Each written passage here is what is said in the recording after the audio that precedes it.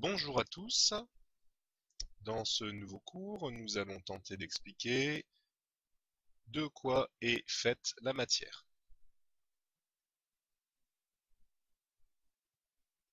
La matière, c'est-à-dire tout ce qui nous entoure, est constituée de petites particules appelées atomes.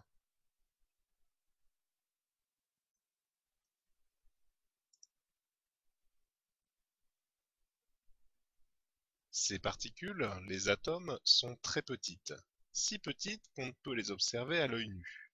Elles constituent tout ce qui nous entoure, chaises, tables, même l'air que nous respirons.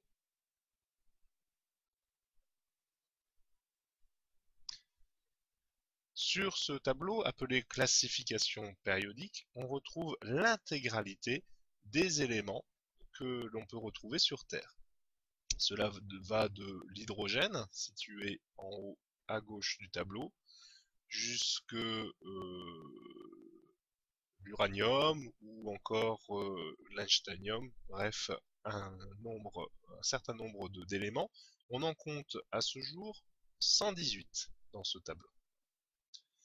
Grâce à ces atomes, nous sommes capables de constituer n'importe quelle matière qui nous entoure.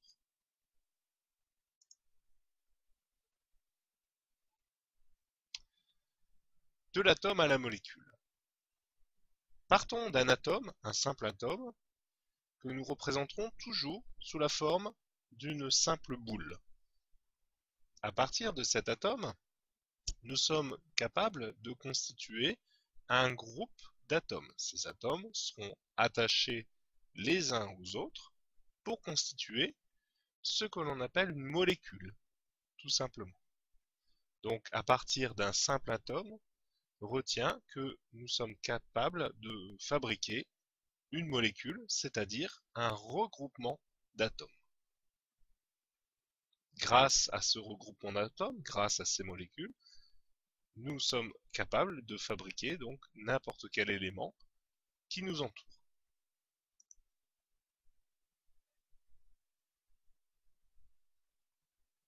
Prenons un exemple. Prenons deux atomes d'hydrogène, représentés ici par deux boules blanches, et un atome d'oxygène. Ces atomes n'aiment pas rester seuls dans la nature et vont se regrouper sous la forme d'une molécule, comme on vient de le voir, et cette molécule sera donc l'association d'une boule rouge et de deux boules blanches, à savoir d'un atome d'oxygène et de deux atomes d'hydrogène, pour former une des molécules les plus connues, c'est la molécule d'eau, appelée aussi H2O.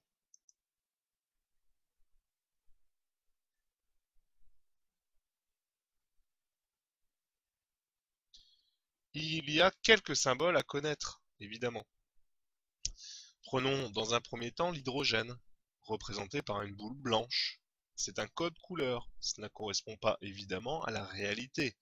C'est-à-dire que les atomes d'hydrogène que nous trouvons dans l'eau, sur nous-mêmes, euh, ne sont évidemment pas de cette couleur-là. C'est juste pour se représenter. L'hydrogène sera représenté aussi par un symbole, et ce symbole, tout simplement, est la lettre H majuscule. Pour l'oxygène, il en est de même, on le représentera par une boule rouge.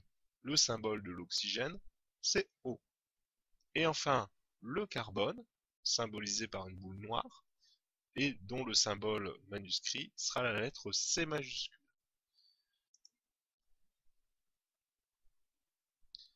À partir de ces atomes, on va pouvoir constituer un certain nombre de molécules. Voici trois exemples de molécules que tu dois impérativement connaître. La molécule d'eau qu'on vient de voir, constituée d'un atome d'oxygène et de deux atomes d'hydrogène.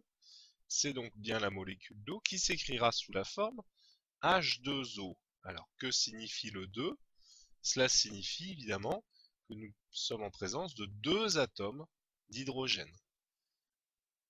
À côté du O, évidemment, aucun chiffre n'est indiqué parce que par défaut, si on a écrit O, c'est que forcément il y en a au moins un. Pour le dioxygène, il en est de même. D'ailleurs, on reconnaît la racine di qui signifie 2. Donc ce n'est pas étonnant de retrouver deux atomes d'oxygène, c'est-à-dire les deux boules rouges constitutives de cette molécule. Enfin, on va terminer avec le dioxyde de carbone. Donc deux formules CO2, C pour indiquer qu'il y a un atome de carbone et 2 pour indiquer qu'il y a deux atomes d'oxygène. Mais il existe évidemment beaucoup d'autres molécules, toutes issues de l'association d'un atome avec d'autres.